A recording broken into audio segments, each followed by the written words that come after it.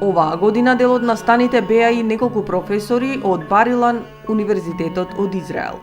A couple months ago, I gave a lecture at Bar-Ilan University, and I spoke about memory without witnesses.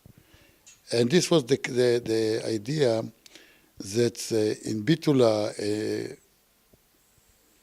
and Macedonia, we have a problem because we have no people who can remember exactly what's happened, except those who used to live here.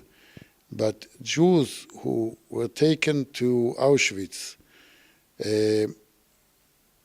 we don't have even one that can tell us exactly what's happened. And it's a big problem how to build a memory for the second generation and for the third generation, who can tell the grandchildren what's happened here.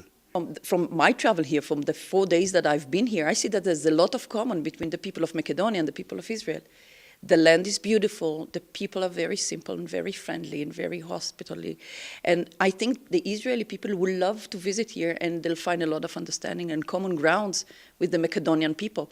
So not only for the memory of the past, but even for the future, for the Israeli and the Macedonian people to collaborate. It is a similar Israel. Similar, it's a multicultural country. We live in a Arab, Jewish together. We learn together. We live together, and I think that the Macedonian country, it's a similar Israel between it's a multicultural country. And the presentation that I gave was about tourism, how you can use cultural heritage site as a tourism project. But the main idea is to show the potential of Macedonia, and mainly Bitula, Ohrid, and Skopje, for tourism attraction based on heritage. And heritage means not only the Jewish heritage, but Macedonian. They can obtain some of the Jewish heritage and develop their own identity and their own project of tourism.